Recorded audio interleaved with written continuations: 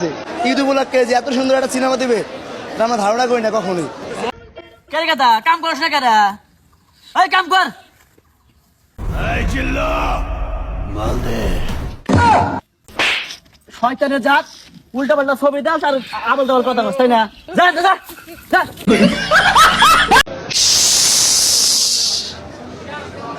আমি আমার ফিউচার নিয়ে ভাবি না, অতীত নিয়েও ভাবি না।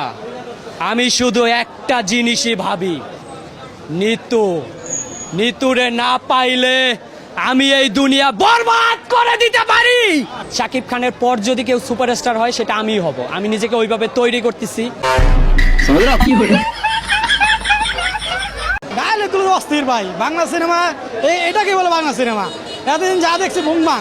আপনি যদি বলেন এটা বলিউডে কোনো মুভির লাগে মিলান, এটা কম হবে না। জিল্লু মালটা দে তো, ফ্যান হয়ে যাবে সবাই। অ্যামেজিং, এত অস্থির ছবি আমি আমার লাইফে দেখি নাই, আজ প্রথম দেখলাম। অস্থির, পুরো তামিলে ফেল গেছে প্রত্যেকটাই কোনোটাতে কোনোটা কমতি নাই, পুরা ছবিতে দারুণ অভিনয়। যিশুতে ওয়াও, শুরু থেকে শেষ পর্যন্ত আমার মনে হয় যে বসবে, আমি বিরতিতে উঠি নাই, 15 মিনিট ওইখানেই ছিলাম।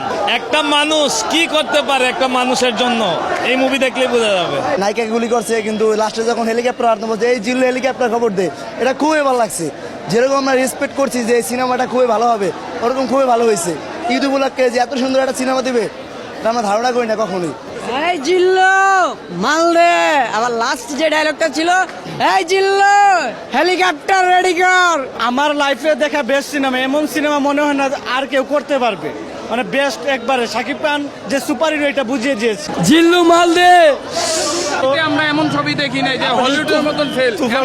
তুফান বলেন, তোমা বলেন, সব ছাড়াই গেছে, বরবাদ করে দিয়েছে। Just amazing movie. আপনি যদি বলেন এটা বলিউডে কোনো মুভির লাগে মিলান, এটা কম হবে না।